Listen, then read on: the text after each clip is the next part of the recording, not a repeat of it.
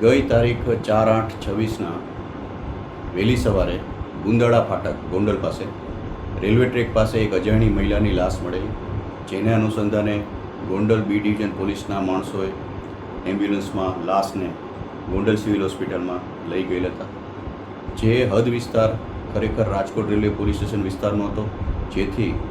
તાત્કાલિક ગોંડલ આઉટપોસ્ટના પીએસઆઈ તથા staff Gondal civil hospital ખાતે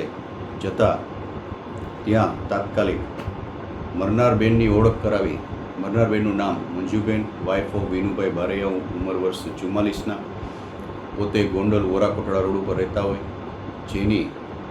ઓળખ થતાં તાત્કાલિક એડીનો બનાવ જાહેર કરી, જેને અનુસંધાને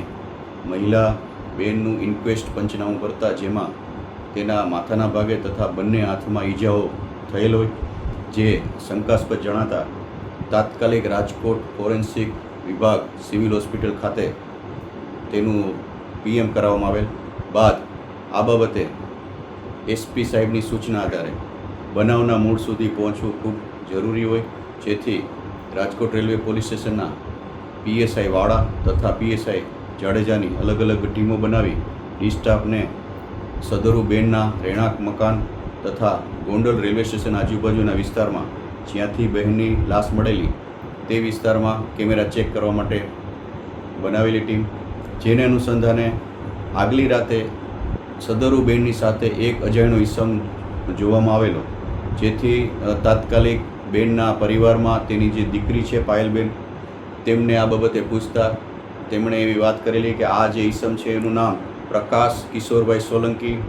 જે ભગવતપુરા ગોંડલનો રહેવાસી છે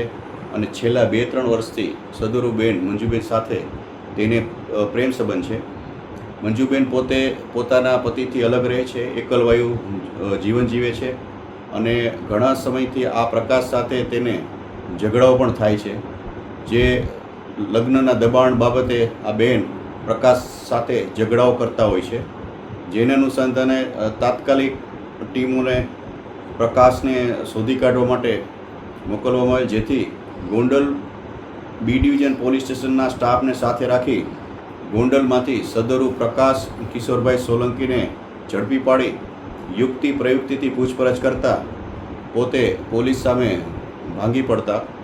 પોતે કબૂલાત આપેલ કે મરનાર મંજુબેન સાથે પોતાના પ્રેમ સંબંધ છે અને અવારનવાર એ બાબતે લગ્ન બાબતે ઝઘડા એને થતા હોય, જેથી એનાથી કંટાળી ગઈ રાતે પણ ગોંડલના રિલાયન્સ પેટ્રોલ પંપ પાસે મારકૂટ થયેલ અને પછી બેનને સમજાવી પોતે રેલવે ટ્રેક બાજુ આવતા જ્યારે બેન સાથે ઝઘડો થયેલો હોય અને પછી અચાનક આ પ્રકાશને એવો વિચાર આવેલો કે સામેથી ટ્રેન આવે છે તો આ બેનને સમજાવી ત્યાં લઈ ગયા ટ્રેક પાસે અને ચાલુ ટ્રેનમાં સાઈડમાંથી બેનને ધક્કો મારતા આ બેન ટ્રેન સાથે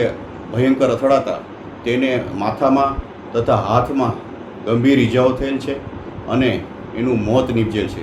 જેથી આ બાબતે સદરુ એડીનો બનાવ મર્ડરમાં કન્વર્ટ થયેલ છે, જેથી રાજકોટ રેલવે પોલીસ સ્ટેશનમાં તાત્કાલિક મર્ડરનો ગુનો દાખલ કરી તપાસ સંભાળતા સદરુ આરોપીને અટક કરવા ઉપર અને બનાવને અનુસંધાને પુરાવા મેળા ઉપર અને આરોપીના કોર્ટમાંથી નામદાર કોર્ટમાંથી પોલીસ રિમાન્ડ મેળા ઉપર હાલની તપાસ ચાલુ છે.